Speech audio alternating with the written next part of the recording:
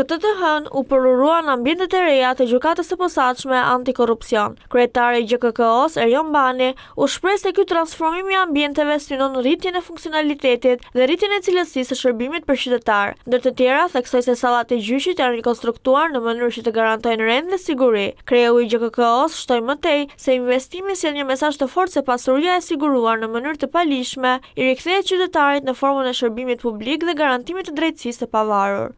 Gjendja e godinës tregon qartë nevojën për transformim. Sallat e gjykimit kishin nevojë për modelim të plotë. Hallet, zyrët dhe ambientet e tjera kërkonin harmonizim, funksionalitet dhe një standard më të lartë institucional. Pra ky transformim nuk nisi si dëshirë për ndryshim pamje. Ai nisi si përgjegjësi institucionale, si detyrim ndaj qytetarit, si nevojë për të vendosur gjykatën e posaçme në nivelin e misionit që ka në sistemin e drejtësisë. Të nderuar të pranishëm, fillimisht fokusi ishin sallat e gjykimit dhe hallet, sepse këto janë hapësirat ku qytetari, palët, avokatët, prokurorët, dëshmitarët publikut dhe media kanë kontakt më të drejtpërdrejtë me gjykatën. Sallat e gjykimit janë zemra e gjykatës, aty dëgjohen palët, aty zhvillohet procesi, aty ushtrohet autoriteti i ligjit, aty qytetari kërkon drejtësi. Prandaj një sallë gjykimi duhet të jetë më shumë se një ambient pune. Ajo duhet të përcjellë solemnitet, barazi, siguri dhe dinjitet. Ajo duhet të pranojë respekt për procesin jo nga frika, por nga autoriteti i ligjit.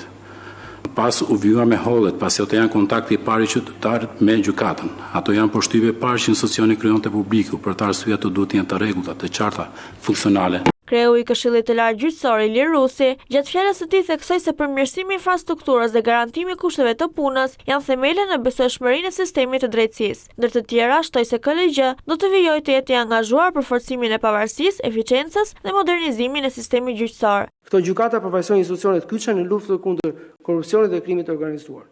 Dy fenomene që vite me radhë kanë synuar besimin e qytetarëve te drejtësia dhe te institucionet publike.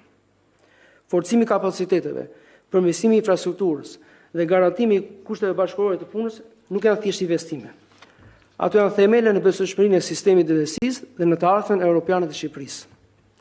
Përurimi i këtyre ambjenteve moderne është një tregues konkret i përpjekjeve për të ndërtuar institucione më efikase, më transparente, më të sigurta për gjyqtarët, qytetarët, administratën dhe për gjithë përdoruesit e gjykatës. Gjithashtu u përurua dhe zyra e medias e posaçme për gazetarët. Kreu i kësaj gjykate vuri theksin te roli i medias, duke deklaruar se ky është një mesazh se kjo gjykatë e shet transparencën si pjesë të kulturës së saj institucionale.